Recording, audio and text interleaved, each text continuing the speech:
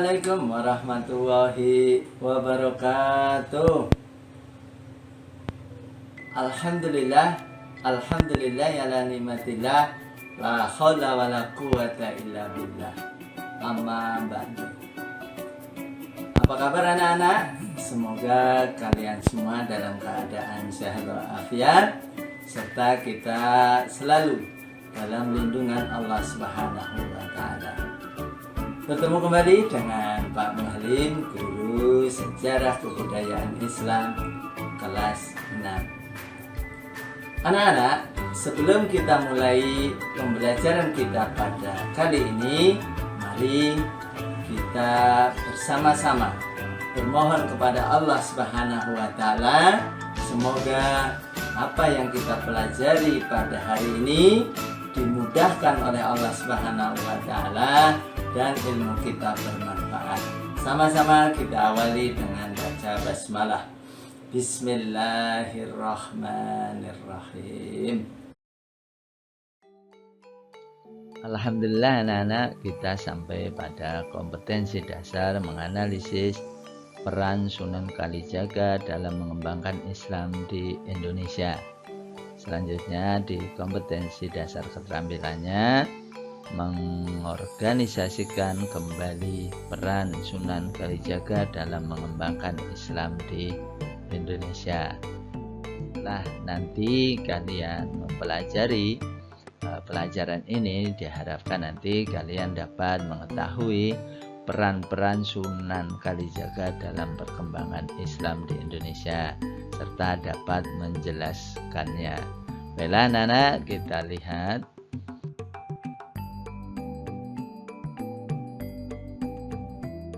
berikutnya. Inilah Sunan Kalijaga dilihat dari perannya dalam mengembangkan Islam di Indonesia. Yang pertama dari sisi seni pertunjukan sebagai media dakwahnya dan islamisasi budaya. Darinya apa saja peran Sunan Kalijaga itu? Yang pertama adalah menanamkan nilai-nilai Islam melalui seni wayang. Kita tahu bahwa seni wayang adalah sebuah seni yang pada saat itu sangat digemari oleh masyarakat Jawa ya, atau masyarakat lokal pada saat itu di daerah-daerah. Nah, karena kecintaannya masyarakat terhadap wayang, maka wayang ini dimodif itu ya, dimodifikasi oleh Sunan Kalijaga. Apa yang dimodifikasi, apa yang diperbarui? Di antaranya seni wayang perlu diteruskan dengan perubahan-perubahan sesuai zaman ya. Perkembangannya dirubah ya, baik polanya maupun cerita-ceritanya. Yang kedua, bentuk wayang berupa arca harus dirubah. Nah, begini anak-anak, wayang ini sebetulnya cerita Ramayana ya, cerita antara dari negeri India ya, cerita wayang itu. Nah, ini masih berbau Hindu Buddha, maka gambar-gambar arca, gambar-gambar patung gitu ya. Kalau dalam Islam patung itu dinamakan berhala begitu. Nah, ini dirubah itu ya, dirubah penampakannya. Oke, yang ketiga merubah cerita dewa menjadi cerita yang mengandung jiwa Islam. Ya, dalam Hindu Buddha itu dikenal dewa-dewa ya. Nah, dalam Islam kan tidak ada, hanya kekuatan maha besar, itu hanya Allah Subhanahu wa taala. Jadi dirubah ceritanya. Oke. Yang keempat, cerita wayang berisi tentang keimanan, ibadah, akhlak dan sopan santun. Nah, ini jauh dari Hindu Buddha. Dibawalah cerita wayang itu menjadi sesuatu yang bisa meningkatkan keimanan, ibadah, akhlak, sopan santun dalam kehidupan sehari-hari. Ya. Yang kelima, pagelaran wayang diselenggarakan dengan tata cara sopan santun, ya, jauh dari kemaksiatan. Ya, jadi sebuah pertunjukan harus jauh dari kemaksiatan, diisi dengan dakwah-dakwah atau ajaran-ajaran sesuai dengan jiwa Islam. Inilah peran yang kedua, beliau merubah tradisi, budaya dan kearifan lokal. Ya, tradisi-tradisi, kebiasaan-kebiasaan yang telah yang sudah dijalankan oleh masyarakat lokal pada saat itu tetap dibiarkan, tapi dengan pendekatan pendekatan yang sangat halus, begitu ya. Apa tradisi yang dirubah itu? Pendekatan kebudayaan dalam wayang. Ya, budayanya masih, tapi kontennya, isinya diganti. Yang kedua, buktinya bahwa tembang-tembang penuh makna.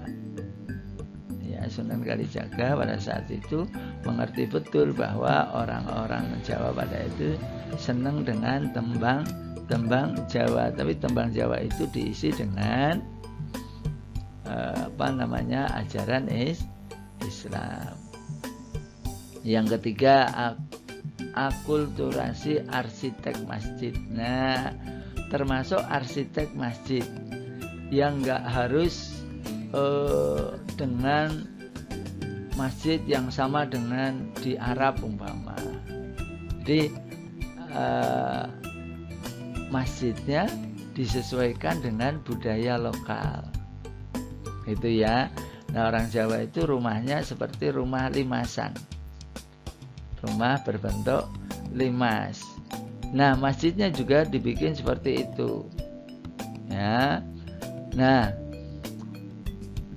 atapnya itu atap tumpang bersusun 3. Ini merupakan akulturasi arsitek Islam dan Hindu Buddha sebagai kearifan lokal dalam mempertahankan kebudayaan Nusantara. Budayanya masih budaya Nusantara, budaya Indonesia, tapi konten isinya sudah konten Islami, begitu ya.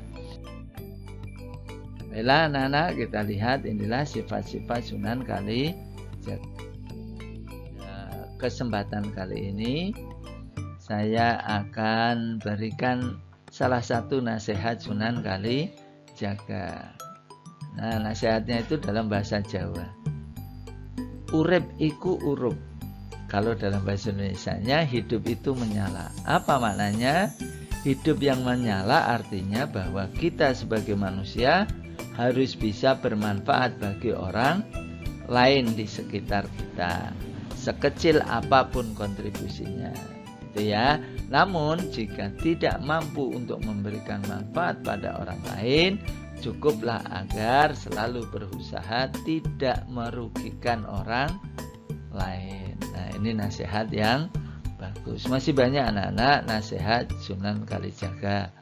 Nah, barangkali untuk kali ini kita akhiri perjumpaan kita.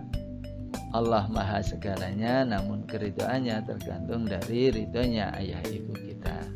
Teruslah berbuat yang terbaik untuk orang tua kita agar selalu mendapatkan ridha Allah Subhanahu wa ta'ala.